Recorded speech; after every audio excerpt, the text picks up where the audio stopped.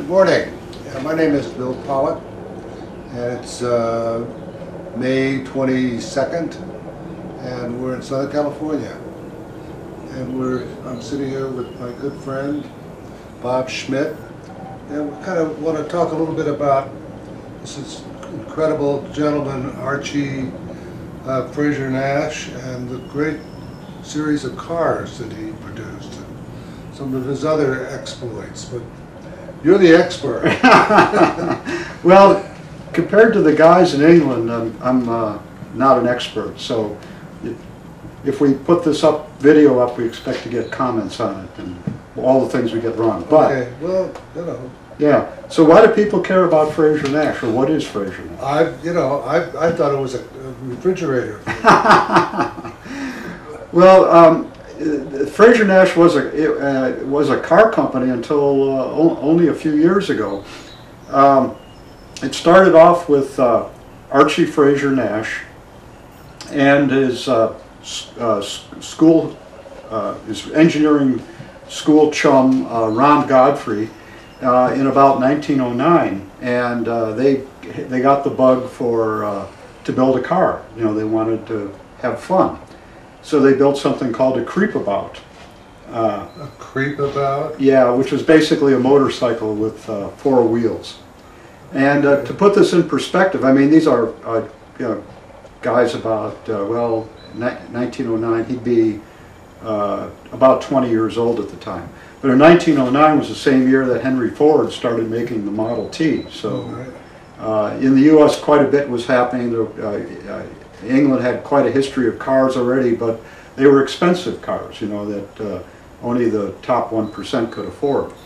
So eventually Archie and Ron went to technical school and decided they were going to build something a little bit better than the creepabout, and took a motorcycle engine, redesigned it with, instead of 1 cylinder, Ron put an extra cylinder on it, and they built a car called the GN, which is their 2 initials, Godfrey and Nash. And at the time, in the early teens, there was a craze for what they called cycle cars. They were fairly inexpensive and fun. Morgan was one of those, right? Pardon? Wasn't Morgan one? Yes, Morgan was exactly one of those. And the big difference, of course, was that the GN had 4 wheels and the Morgan had 3 wheels. Oh, okay.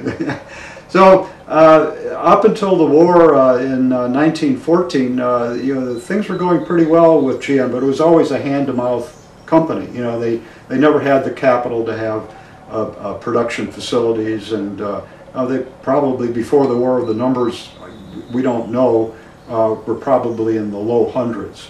And the war came out, and Archie, which the book, by the way, we're here to talk about this book, but we have some background with some other books. This is Archie Frazer-Nash Engineer, so this is only one segment of Archie's life.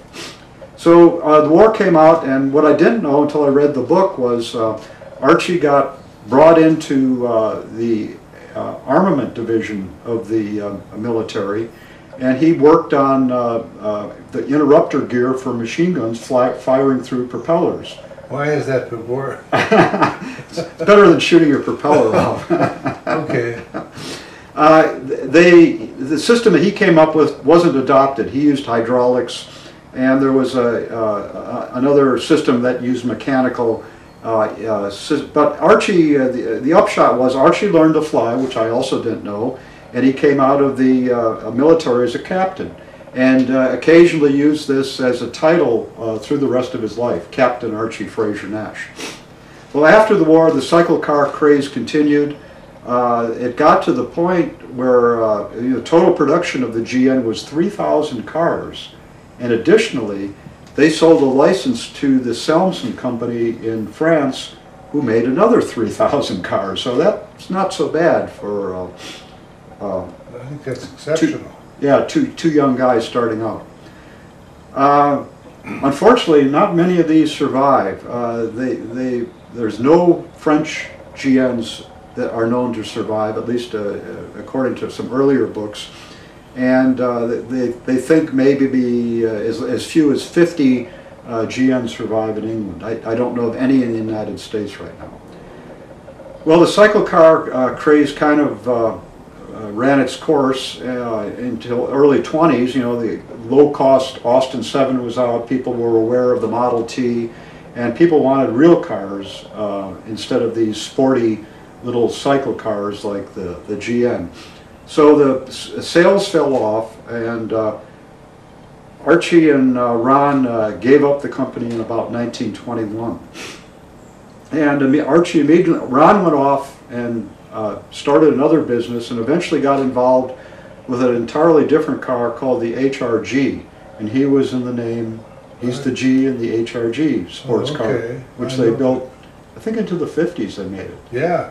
Yeah. So Archie put a bigger engine in the first GN, in a GN, and started calling it the Frazer-Nash, and started another company.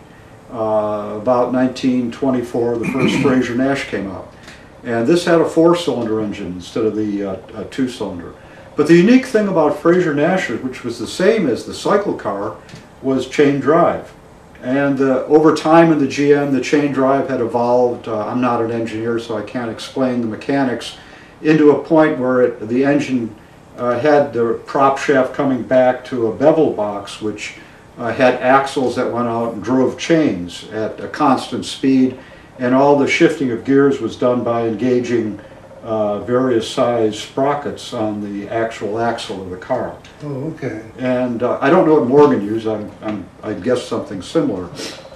But the chain drive had some advantages: lightweight. You got very quick shifts, and it had a lock differential, which means that the two wheels spun at the same rate at the time, because they had skinny tires and they were probably on dirt roads. And dirt roads, so you could thrash the car around a lot. Yeah. And having a real differential wasn't so important. Well, Archie got the racing bug with the GN and continued with the Frazer-Nash, and the book has an extensive list of his competition, probably the most complete one we'll see anywhere. I mean, he was in literally hundreds of hill climbs and races, including at the famous Brooklands track, where they set cycle car records and various class records with the GN and then the Frazer-Nash. Well, the business remained undercapitalized, and finally in 1927 and 28, Archie was struggling, and at the time one of his chief salesmen, H.J. Aldington, had gotten more involved in the actual management of the company, and put together a group of people that made a proposal to Archie at a time when he was suffering from a serious illness, kidney disease. So Archie lost the company in 1928, and the new company was called AFN, which used Archie's initials, Archie Frazer-Nash, and they went on to build over 300, about 335 Frazer-Nash cars using various engines. It became very successful in racing. It was a sports car right up there with Aston Martin and better than MG at the time in the 30s. And AFN went on to greater successes. They began importing the BMW of the 30s, putting their badge on it and calling it the Frazer-Nash BMW. I thought there was a little similarity between. And after the war, they used the BMW designs, updated by the Bristol Aircraft Company, and they built cars after the war under the Frazer-Nash name. Only 85 cars after the war, and the location of 81 of these cars is known. AFN made another smart move in the 50s. They started importing Porsche cars, and in the 90s sold the AFN business to Porsche. It still exists as Porsche Great Britain, and the Aldingtons are, they had all passed away in the 60s. The last son of H.J. Aldington lived until 2004, and that was John Aldington. And I was fortunate enough to meet him in Santa Monica about 9 years ago.